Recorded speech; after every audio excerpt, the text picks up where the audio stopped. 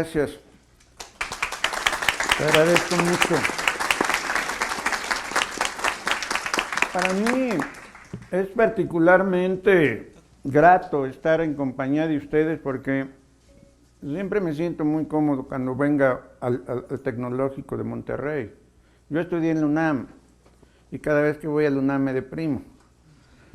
Fui un mal alumno, desde luego, pero probablemente esta situación venía de mi proclividad a la música de rock. Debo contarles que yo fui músico de rock, todavía toco bajo eléctrico.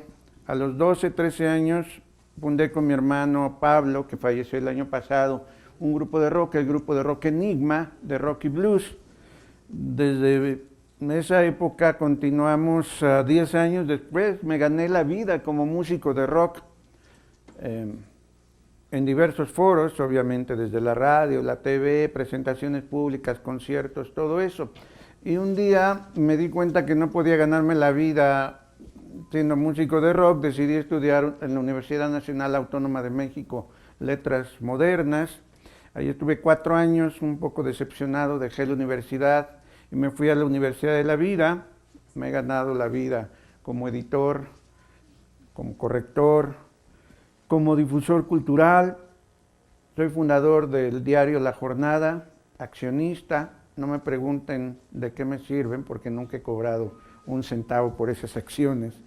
Después de trabajar ahí muchos años, me incorporé al periódico Reforma. Desde entonces, desde 1993, como hemos escuchado, soy columnista del diario Reforma y consejero editorial.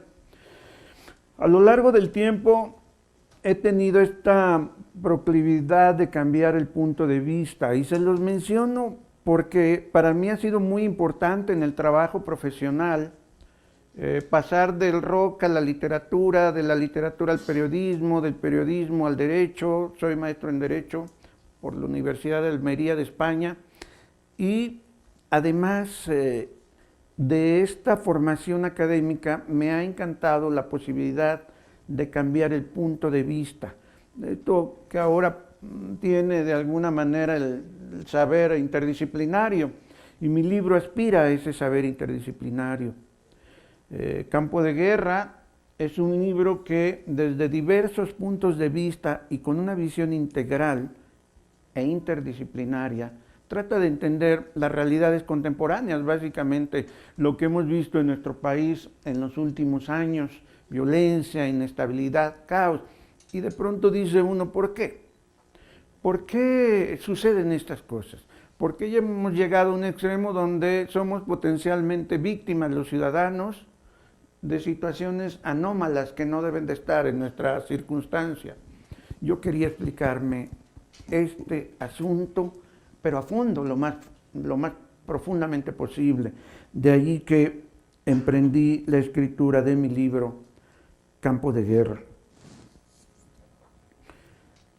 Campo de Guerra, como ustedes pudieron ver en esta portada, tiene una fotografía de una instalación de un gran artista mexicano, Damián Ortega, donde él montó en una galería con hilos invisibles a la vista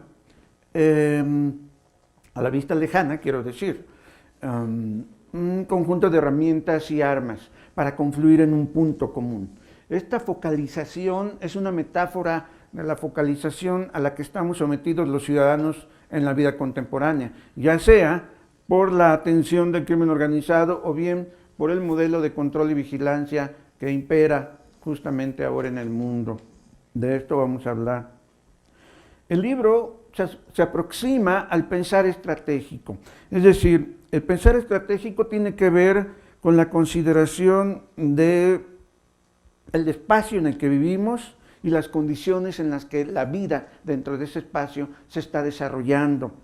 Nuestro país forma parte de América del Norte, pero no solamente como una denotación geográfica, sino sobre todo tiene que ver con la estrategia de dominio militar del Comando de América del Norte. México está adscrito al Comando de América del Norte del gobierno de Estados Unidos. Es parte de esta función de geoestrategia o geopolítica de plataforma militar. Es importante entenderlo porque el Comando de América del Norte se prolonga hacia el mundo y cada región del mundo tiene su propio comando militar dirigido por el gobierno de Estados Unidos, por el ejército norteamericano. Y en el caso mexicano, bueno, pues estamos en el Comando de América del Norte, pero a través del dominio militar, de la visión, del pensar estratégico militar, se expande a mar, cielo, aire, espacio y ciberespacio, que es donde tenemos la integración de esta suerte de cúpula sobre el mundo, así como en la famosa serie de TV, donde de pronto un poblado se ve sujeto a una cúpula. Actualmente vivimos bajo una cúpula de control comunicativo, telecomunicativo, pero también de alcance militar, y esto es lo que tenemos que cuestionar, ¿por qué estamos bajo esta condición? La lógica militar, pues, nosotros vamos a tener un proceso de remilitarización que arranca para el mundo desde la última década del siglo XX hacia la actualidad.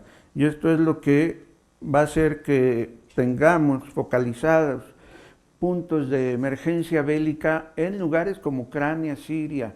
No es que estos conflictos hayan sido diseñados, sino que son visualizados bajo una estrategia que va a tratar de comprenderlos en forma total.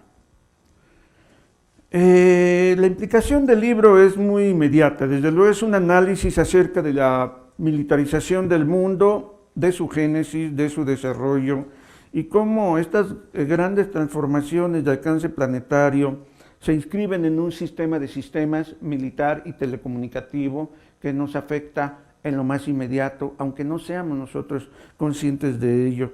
El libro está escrito como un informe que busca básicamente adscribirse lo más posible al conocimiento, a la exactitud, a la claridad, para tratar de traducir estos asuntos que tienen matices muy específicos.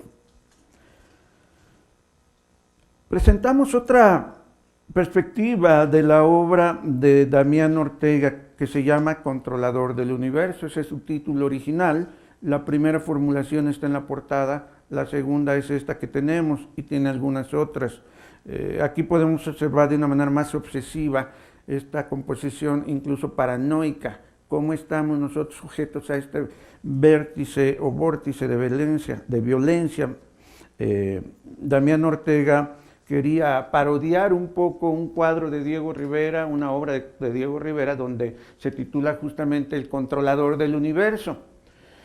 Obviamente Diego Rivera tenía en mente otra idea de la tecnología, como una apuesta por el progreso humano, la clase obrera, campesina, etcétera, etcétera, pues él fue de filiación comunista.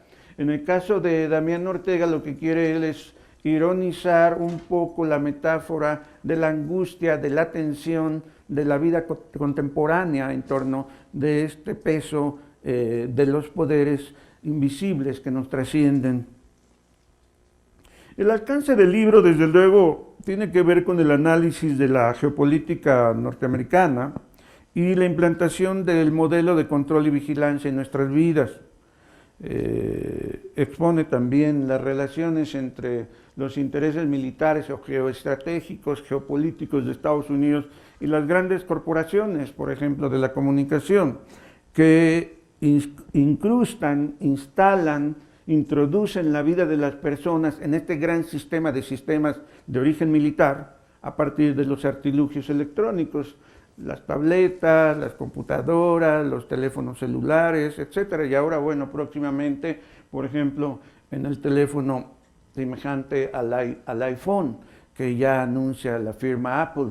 Es un teléfono como los de la tira cómica de Dick Tracy, que ya están intercomunicados, telecomunicados, con muchas posibilidades hacia el mundo. Estos artilugios son el punto de enlace, punto de ensamble, es importantísimo verlo, de nuestra incrustación, de nuestra conexión con el gran sistema de sistemas que nos domina. Estas situaciones no se dan simplemente en el plano abstracto teórico, se dan en la vida real muy concretamente. Las regiones de México han cambiado por la injerencia militar, tenemos drones, es decir, aeronaves no tripuladas vigilando el espacio de México con el pretexto de la búsqueda de narcotraficantes o crimen organizado. Tenemos también incursiones de agencias norteamericanas en México que realizan investigaciones de inteligencia o contrainteligencia.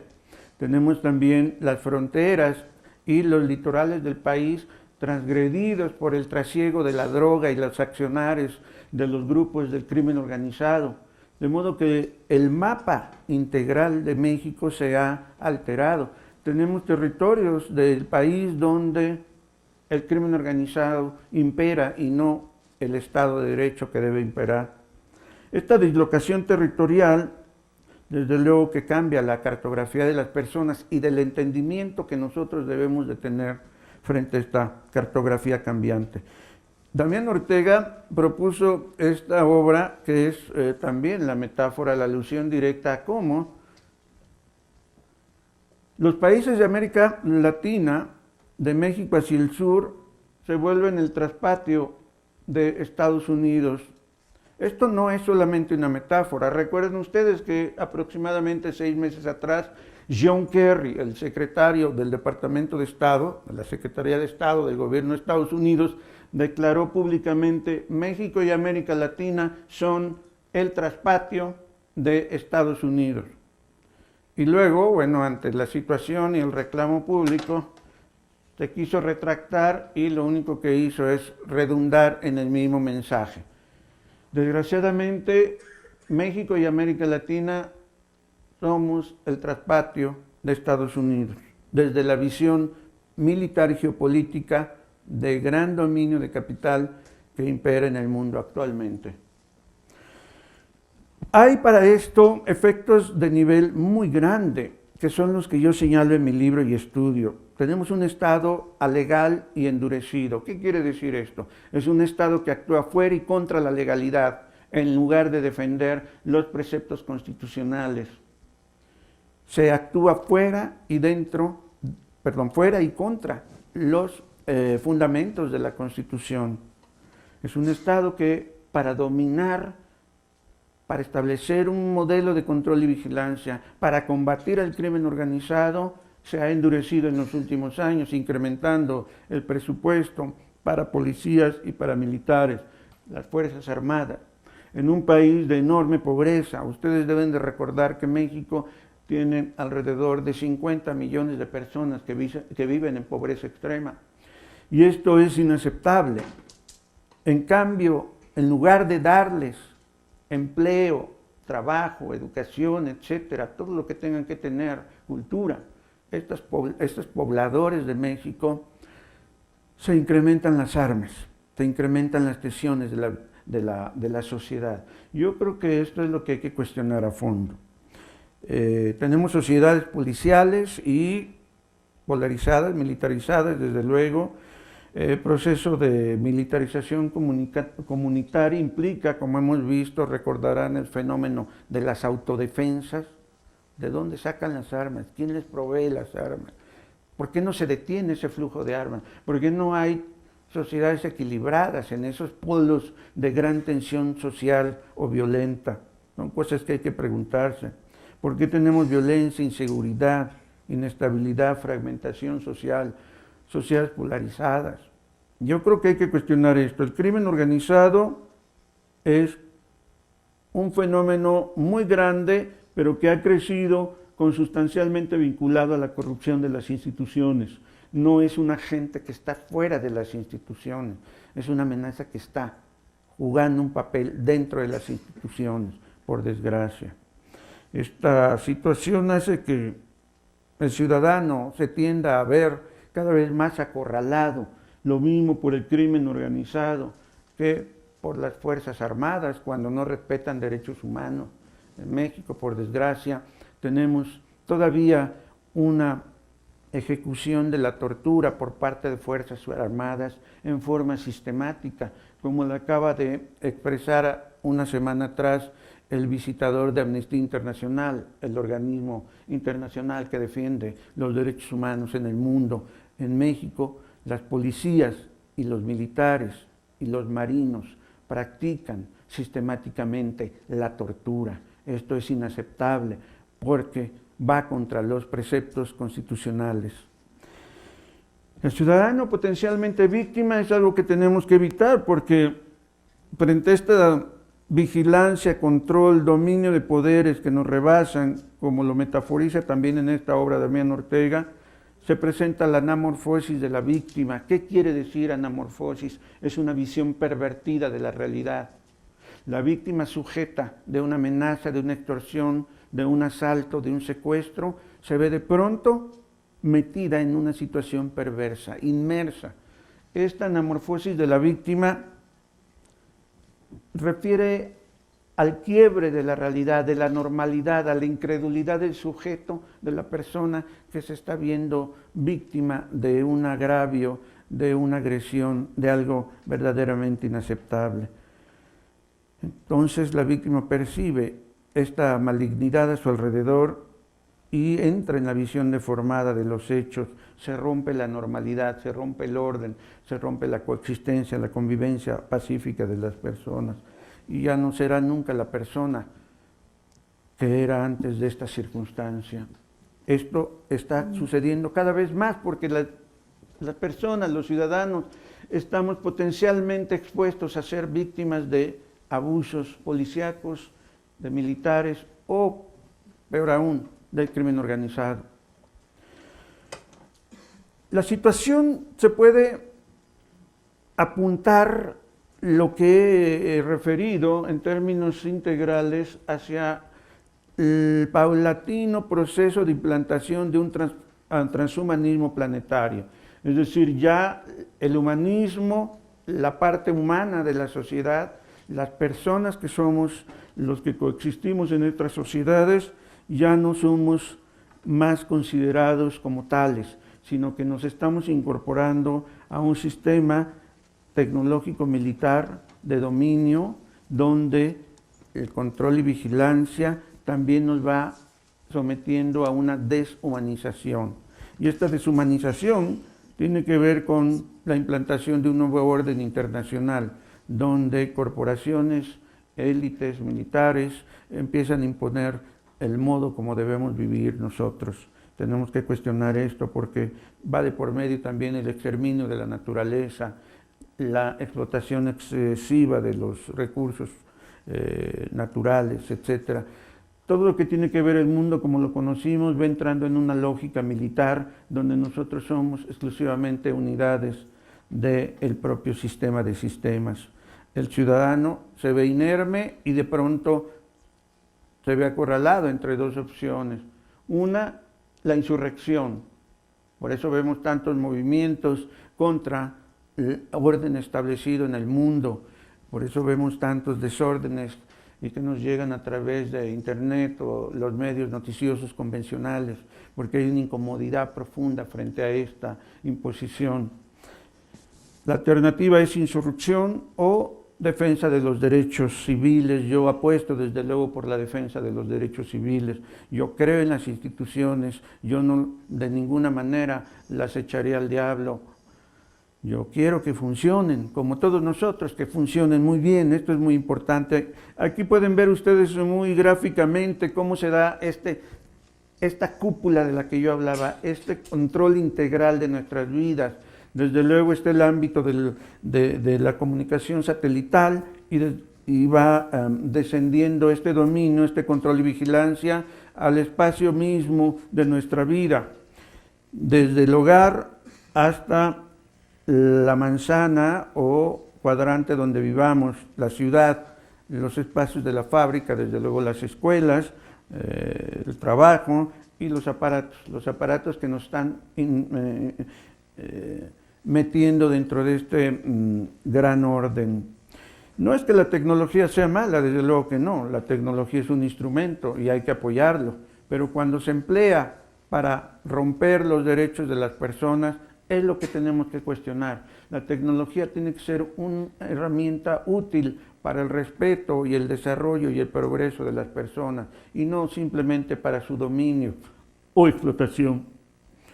El transmundo que viene, si dejamos que corran todas estas tendencias tan adversas a la persona, en un mundo, desde luego, de una gran complejidad que hay que entender de modo igual a niveles múltiples e interdisciplinarios, y comprender que los vínculos de las personas, los lugares, los objetos, todo lo que acontece en sus vidas forma parte también de un flujo de sistemas, redes, actores, cruces, conmutadores, puntos, trayectorias evolutivas.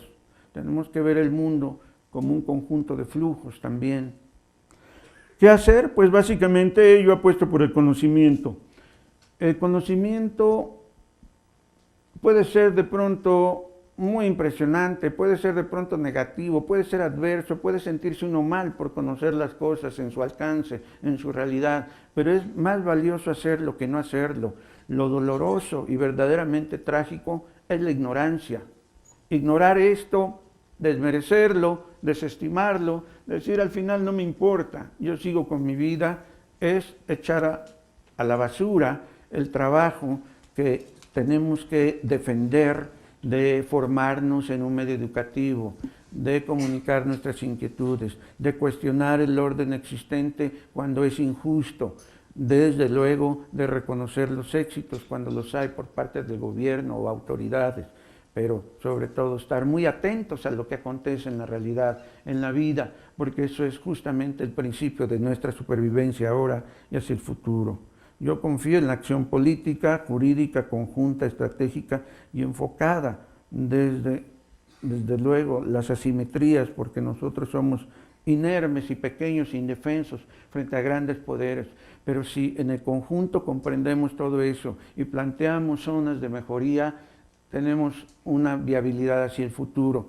Debo decirles que vivimos en un país de enorme adversidad para los jóvenes. En el futuro no estamos contemplando cómo están sentadas las bases para el futuro de estos jóvenes que son ustedes. Tenemos que empezar a cuestionar el orden que vemos, y justo de eso trata un poco mi libro, hacer un replanteamiento integral de lo que tiene que mejorar para avanzar en la vida. Para mí es importantísima la crítica, insisto, la información, la educación y la cultura. Y desde luego, si todos estos temas pueden ser oscuros o pueden ser sujetos a efectos hasta de depresión, yo les recuerdo esta enorme frase del gran poeta Joseph Brodsky: la oscuridad restaura lo que la luz no puede reparar, y nosotros tenemos que estar atentos a esta oscuridad y también a esta posibilidad de luz. La frase de Joseph Brodsky reitera y recupera y reinventa, resignifica una frase de Friedrich Nietzsche que dice: en la noche más oscura las estrellas brillan mejor. Muchas gracias.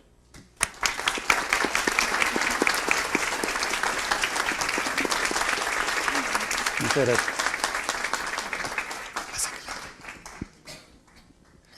Vamos a pasar a la fase de sus preguntas, si son tan amables, si tienen algunas.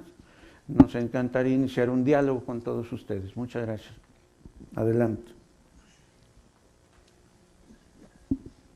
Hola, tengo una pregunta muy fácil. Su libro que habla sobre toda la investigación que hizo del crimen organizado aquí en México, quería saber si usted considera que México es un estado fallido o tenemos dentro del mismo país estados en donde pues, es prácticamente un estado fallido. Correcto. Yo reflexiono primero que nada de la pregunta, que es muy importante, lo siguiente. El término estado fallido es un término que planteó originalmente o más influyentemente el gobierno de Estados Unidos. Es un término que usa el Departamento de Estado para calificar a los estados-nación de otras partes en el mundo. Y cuando se refiere a un estado fallido es una categoría desde luego sumamente negativa. Yo prefiero emplear más que el término Estado fallido, Estado alegal. Como decía yo, es un Estado que está fuera y contra la legalidad, es un Estado que funciona por sus disfuncionalidades. Y esta formulación es positiva, no es negativa. Quiero decir que al identificar al Estado que funciona mal por sus propias disfuncionalidades, estamos encontrando un término más adecuado desde mi punto de vista para mejorar al Estado. Es decir, si encontramos las zonas de disfuncionalidad, las reconocemos como tales en nuestro propio Estado, podemos avanzar hacia su mejoría. Pero si simplemente consideramos que es un Estado fallido y por lo tanto no importa porque seguirá siendo un Estado fallido, creo que no es una respuesta adecuada. Yo creo que el Estado mexicano es un Estado que funciona alegalmente, es un AN-Estado, AN-Estado, que quiere decir, el prefijo AN es fuera o contra el propio Estado. Este Estado tiene que ser mejorado, localizando sus fallas y reconociendo las fallas en su profundidad, no engañándonos. Les doy un ejemplo muy gráfico. En México existe un 98 a 99% de impunidad de todos los delitos. Toman una pistola ustedes, salen a la calle, matan a una persona y tienen 99% de posibilidades que la autoridad no los detenga. El crimen perfecto, el crimen impune. Vivimos en una sociedad criminal. Esto es lo que tenemos que reconocer. Estos son hechos. No estoy inventando esta estadística. Son hechos reconocidos por las propias autoridades.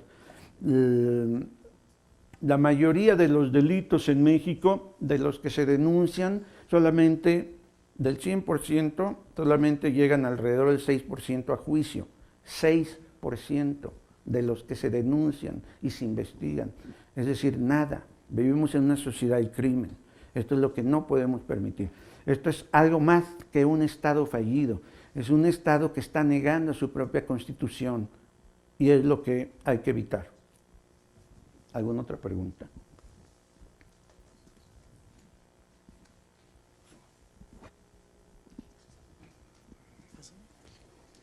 Hola, buenas tardes. Mi pregunta es en materia de terrorismo, con respecto al libro que nos presenta hoy, y es ¿qué amenaza representa a ISIS para Occidente, sobre todo por la ideología que manejan de falta de tolerancia en materia religiosa? ¿Y cómo debería combatir esta amenaza a Occidente, principalmente Estados Unidos? ¿Cree que la ofensiva que acaba de presentar el presidente Obama es correcta o se debería enfocar la ofensiva de otra forma? En cuanto a la intolerancia religiosa, ¿qué amenaza representa a ISIS? Me parece que en general es un tema que resulta deleznable, es decir, la gente no tiene derecho a ejercer una censura frente a las creencias de los demás. Yo creo que tenemos que defender el derecho de pensar y de creer de los demás. Las libertades comienzan y terminan cuando empieza la libertad y el derecho de los demás. Yo creo que el tema de la intolerancia religiosa tiene que ser sumamente cuestionado, porque es el mismo tema, la intolerancia frente a las diferencias sexuales, la intolerancia frente al modo como se viste la gente. Y entonces se quiere imponer una unanimidad y un pensamiento único y una creencia única. Actualmente se busca reemplazar, y esto es un hecho, las religiones por la religión del laicismo, la religión laica de la fe liberal, que en nombre de la libertad y del liberalismo se explota a las personas, o se les somete a toda clase de excesos, o se perturba la economía de los pueblos que de por sí son pobres. Yo creo que este individualismo atroz, donde incluso se llega a negar el derecho a la libertad religiosa, a la libertad de pensamiento, a la libertad de expresión, es un exceso que tenemos que combatir. Buenas tardes. Mi pregunta es la siguiente. ¿Qué opinión le merece que algunos países estén pensando en subir toda la información de los ciudadanos a la nube y que esta información esté en manos de privados? Y la pregunta es... Sí. Digamos, los países tienen cierta información prioritaria, por ejemplo, de salud, de impuestos, de registros que tienen todos sus ciudadanos. Y están planteando en algunos países que esta información podrían subirla a la nube para que ellos no tengan que cargar con esta información física, sino que simplemente a partir de un portal puedan acceder a esa información. O sea, sería la información de todos los habitantes de un país que puede estar dentro de un portal. Digamos, la pregunta o lo que se cuestiona es si esta información está en manos de privados, ¿qué tan conveniente puede ser? ¿Por qué? Porque puede existir una manipulación de toda la información de los ciudadanos en manos de intereses particulares. Es uno de los temas que más se discuten actualmente sobre el derecho a la propiedad informativa, a la posesión informativa en muchos casos también. Es un tema verdaderamente estratégico. ¿Por qué? Porque nosotros entramos en la revolución tecnológica con enorme entusiasmo y con enorme buena fe.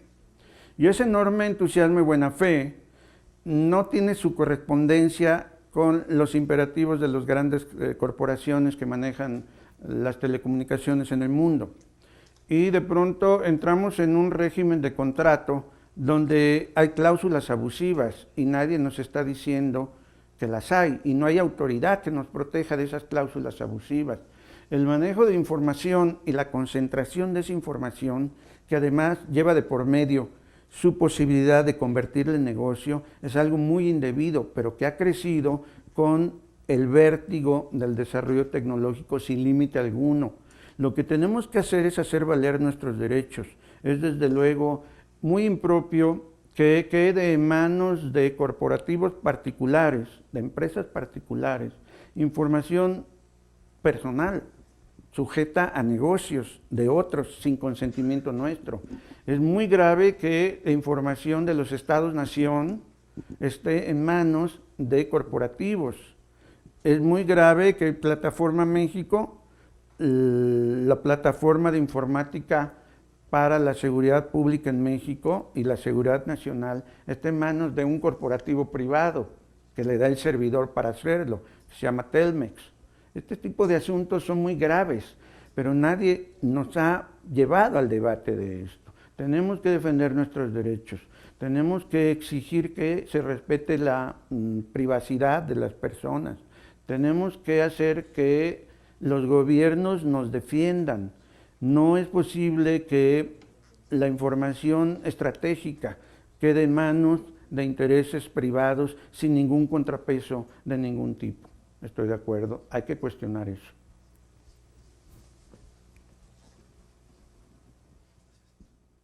Hola, buenas tardes. Bueno, en su libro usted plantea cómo Estados Unidos aprovecha su posición geopolítica para llamarlo así, bueno, llamémoslo así, como ser el policía del mundo. O sea, ¿usted cree que es como un mal necesario que se tiene que tener debido a todo el desarrollo, por ejemplo, de armas y de armamento nuclear por parte de Rusia y Siria, por ejemplo?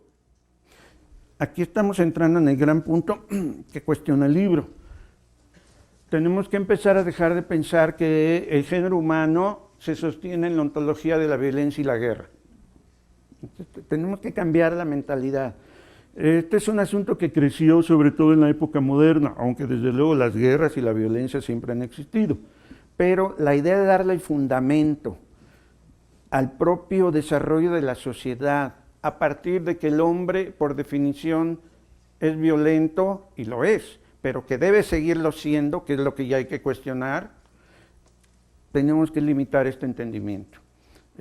Obviamente, el papel de policía del mundo, del gobierno de Estados Unidos, en realidad ya no es como tal. Si ustedes leen los aspectos que menciono al respecto en mi libro, se van a dar cuenta que lo que el gobierno de Estados Unidos ha hecho al distribuir en estos comandos al diverso planteamiento global, lo que se requiere es que todos los países del mundo sean gendarmes del mundo bajo la coordinación de Estados Unidos.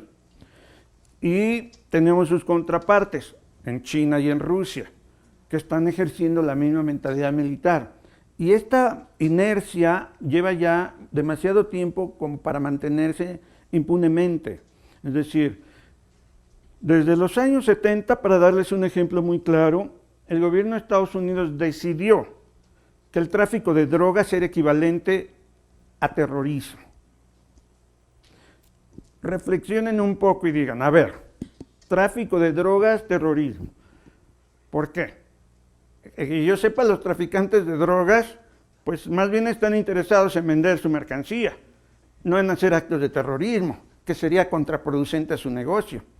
Sin embargo, se estipuló esto y ya actualmente las políticas de combate al crimen organizado en general y a los narcotraficantes en particular son equiparables a un combate al terrorismo.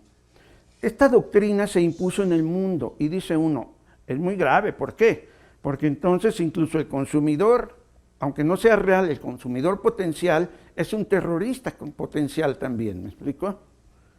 Y todo el mundo es potencialmente un terrorista, porque todo el mundo es potencialmente, quizás, podrá probar una droga o tomar alcohol, que también es una droga. ¿Será terrorista? Yo creo que no, pero se ha impuesto esta dinámica de la ontología de la guerra y la violencia es lo que hay que detener. Justo por eso en el libro le dedico algunas páginas a la reflexión sobre por qué tiene que seguir siendo el mundo un mundo de tensiones y violencia, si lo que necesitamos es lo contrario, generar riqueza, generar empleo, generar educación, generar convivencia, cultura. Ahí está el problema, hay un problema de fondo que tenemos que combatir. Desde luego, si hay transgresión a los delitos, hay que combatirlos. Si hay terrorismo, hay que combatir el terrorismo. Pero no podemos hacer que en nombre del terrorismo se intervengan todas las comunicaciones de todos los ciudadanos del mundo. ¿Por qué? No hay derecho. Que se persiga a los terroristas, desde luego, que soy el primero en aceptarlo y exigirlo, pero no todos somos potencialmente terroristas. ¿Alguna otra pregunta? Allá. Perdón. Buenas tardes. Quería comentar que en su libro nos planteaba la situación de narcotráfico y control del crimen organizado en muchas ciudades de México. Mi familia es de Sinaloa y en la ciudad se mantiene bastante control del narcotráfico, más que del gobierno, o a veces ya están vinculados ellos mismos.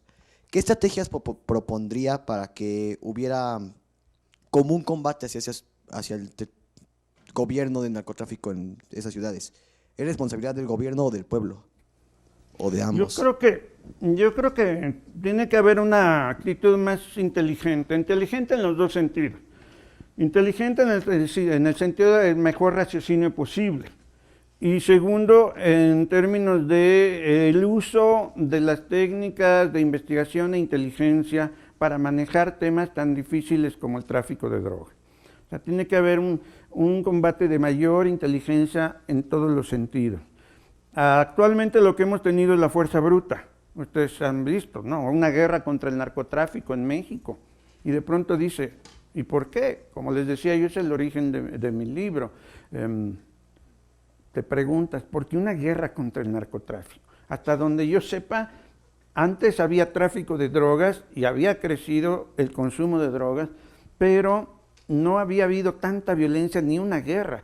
Esta fuerza bruta yo creo que es lo que tenemos que controlar. Hay que emplear la inteligencia. Ustedes que están en un ámbito universitario saben el valor que tiene este elemento, este ingrediente. Una mejor inteligencia en todos los sentidos es lo que se necesita y yo propondría. En Sinaloa, en Michoacán, en Tamaulipas, en todos lados necesitamos una mejor inteligencia. Inteligencia aplicada desde la información de inteligencia hasta el modo como medias o estableces una relación de control con los grupos de crimen organizado, el modo como integras a comunidades en la renovación de ellas mismas, el modo como tratas de controlar el crimen común, el delito común, y no como se ha dejado todo esto y vemos territorios expuestos al dominio del crimen organizado. Ustedes saben cómo funciona. Actualmente los cárteles de la droga dan protección política al más alto nivel y proveen armas. Pero los operadores ya son pandillas locales o urbanas, y estos son los que van ejerciendo la tarea de exacción contra las sociedades, es decir, las que hacen secuestro, extorsión, trata de personas, trata de indocumentados en general, como se le conoce, explotación sexual. Las industrias criminales, el narcotráfico, no es solamente el tráfico de la droga, sino el conjunto de las actividades criminales que producen mucho dinero. Ustedes saben que el reverso de la economía global, la parte que no se ve, es la economía subterránea y informal, donde está la sexualidad prostituida hasta piratería y contrabando. Todas esas industrias las controla el crimen organizado y el tráfico de drogas es solamente una de sus industrias, tanto como el lavado de dinero. Pero ese lavado de dinero se da en los sistemas bancarios y financieros más institucionales. El conjunto del problema es muy grave, por eso estamos viendo tanta inestabilidad. Tenemos que atacar eso. ¿Con qué? Con inteligencia.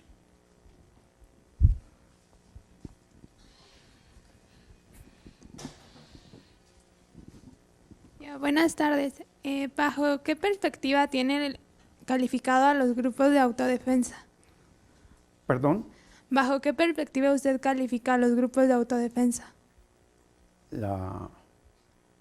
¿Bajo qué perspectiva? ¿Usted cómo los considera? ¿Que es una buena estrategia para tener el control y detener al narco? Yo creo que tenemos que pensar en dos cosas muy importantes. Una, la vía de cómo se combate el narcotráfico. Comentaba yo, más inteligencia, mayor inteligencia, a dejar a un lado la fuerza bruta, dejar a un lado las policías paramilitarizadas, dejar completamente la idea de militarizar comunidades, eso es muy malo, es nefasto.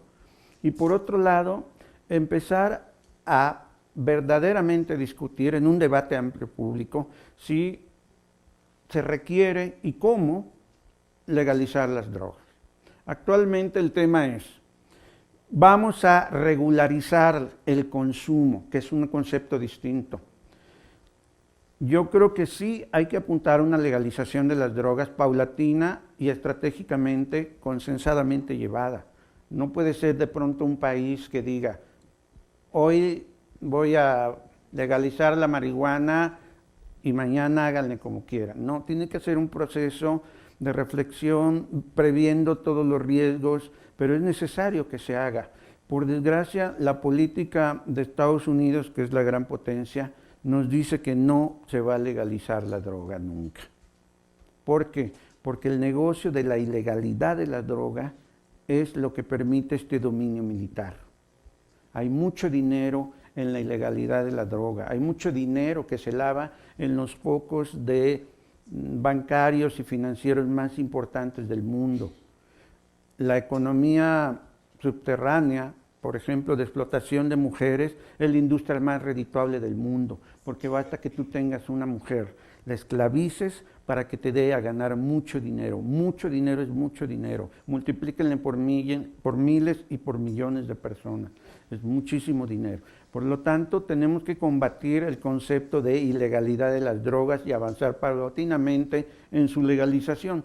Por desgracia, creo que por el lado de Estados Unidos se está viniendo una tendencia contraria. Lo que se va a legalizar es la toxicomanía, el consumo, es decir, la posibilidad de consumir, pero no las drogas, sino lo que se está legalizando es la toxicomanía, que un médico te expida un fármaco para que te drogues.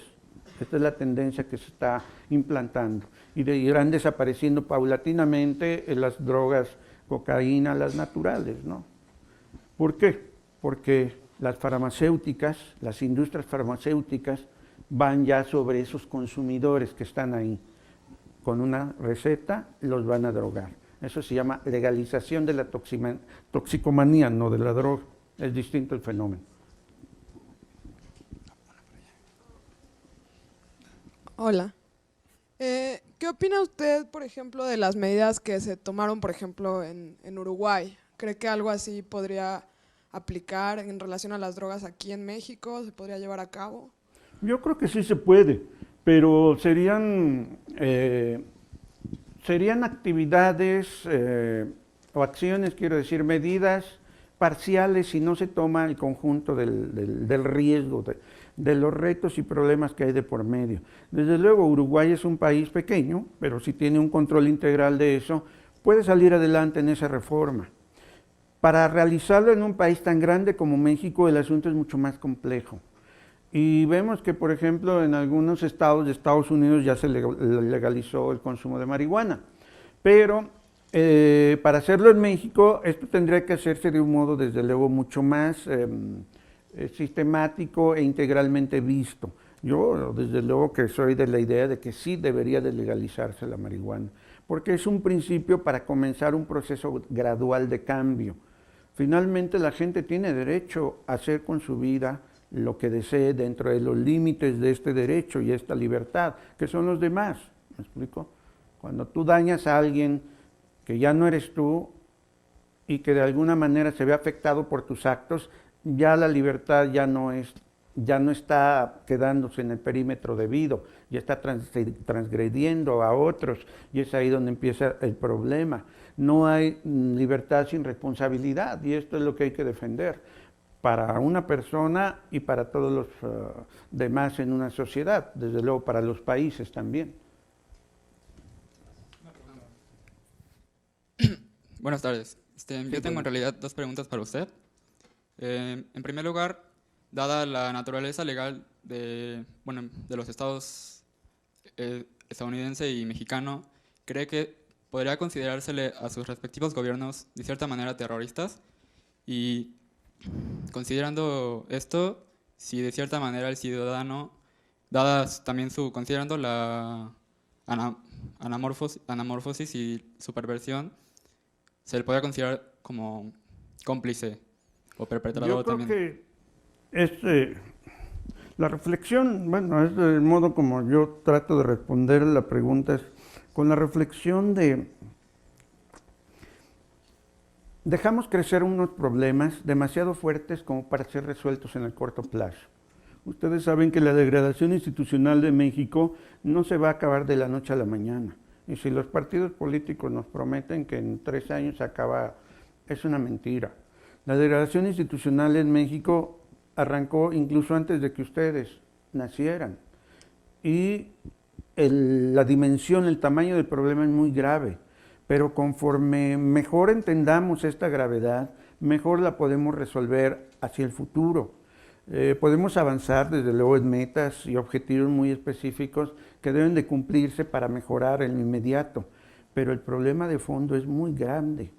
La degradación de las instituciones es muy fuerte y por desgracia se tiende a obviarla y se tiende a decir, bueno, se exageran estos diagnósticos, estamos bien, vamos muy bien, el discurso gubernamental es triunfalista y cuando llegamos a la realidad nos damos cuenta que hay muchas mentiras, hay mucho falseamiento y hay mucho ocultamiento.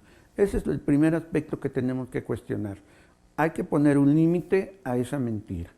Segundo lugar, no podemos dejar que la sociedad se constituya por ciudadanos que somos nosotros, que somos potencialmente víctimas de sufrir esa anamorfosis, de vernos en el riesgo que te llame al celular una persona y te diga, me tienes que pagar 10,000 pesos por tal cosa, porque tú vives en tal lugar, tu familia es así, tu coche es de tal color, y dices, no, a ver, espérame, hay que denunciarlo. Tenemos que aprender a denunciar los delitos. Yo sé que el Ministerio Público en México es el lugar para la desolación más grande. Me ha tocado, me explico, pero el momento donde uno decide ejercer la función de esas instituciones es el momento donde empezamos a hacer que cambien las cosas hacia el futuro. Es muy difícil que esto cambie si lo dejamos correr a su inercia o si dejamos que el discurso oficial nos siga hablando de logros y triunfos. Hay que cuestionar una y otra vez. Yo empecé a preguntarme todo esto. ¿Por qué la anamorfosis? ¿Por qué he sido víctima? Y dije yo, ¿por qué tuve que ser víctima? Antes de esto yo estaba bien.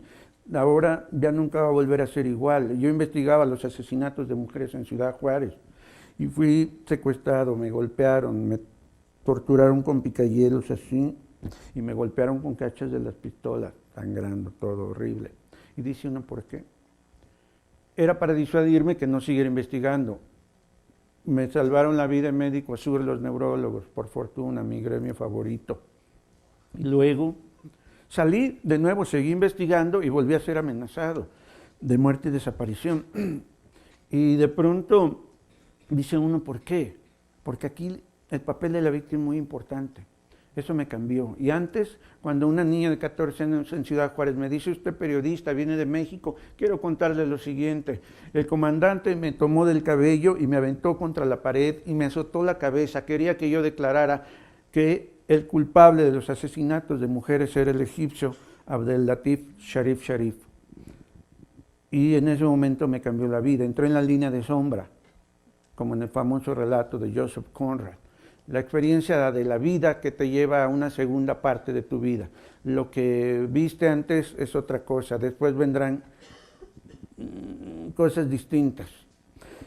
Y entonces en ese momento la línea de sombra la atraviesas. Ese deseo de explicar por qué uno es víctima es lo que me lleva también a investigar sobre eso y a tratar de profundizar en las causas de todo esto. No estoy de acuerdo con la situación actual y las preguntas son el principio, al menos creo yo, para tratar de cambiar conjuntamente todo esto. Otra pregunta. Carlos. Sergio, muchísimas gracias de estar con nosotros y compartiendo tus experiencias y tus libros. Este es el tercer libro, o sea, de la trilogía sobre la problemática que vivimos de criminalidad, en que Sergio los ha escrito. Y también escribe semanalmente en varios periódicos, uno de ellos es el Reforma, y trata temas de primer orden. A mí me gustaría, abusando un poquito de tu tiempo, que nos explicaras, y ya nos lo estabas diciendo ahorita al final, esta estrategia de cortocircuito. Por ejemplo, a nivel global, ustedes saben que el señor Snowden, norteamericano, ahorita vive en Rusia. Él emigró a Rusia porque expuso contratos, firmas, documentos cerrados de países sobre los cuales nosotros no nos enteramos. Y él, con todo ese valor y con toda la crítica del gobierno norteamericano, pues no se arrepintió. Y el caso Snowden, creo que todos lo conocemos y lo podemos vincular a esto que nos ha dicho Sergio, porque también él habló del Estado-Nación. El Estado-Nación es lo máximo que nosotros tenemos constitucionalmente y el principio de soberanía es el que se debe respetar. Si eso queda implicado ya, pues no nos queda nada más que ser víctimas. Y la victimización de un país es lo peor que puede haber para su crecimiento. Así es. ¿Verdad? Así es. No, desde luego. No sé, muchísimas gracias, Sergio, y esas experiencias tan difíciles por las que has pasado, yo creo que nos calan fuerte. Muchas gracias. Muchas gracias. Muchas gracias. No, al contrario, yo estoy de acuerdo que es necesario que aportemos nuestra posibilidad individual de cambiar el estatus en el que vivimos, simplemente porque hay cosas que no nos agradan y lo que vemos tenemos que mejorarlo. Y el modo de mejorarlo es haciendo preguntas y después lo demás empezará a desarrollarse.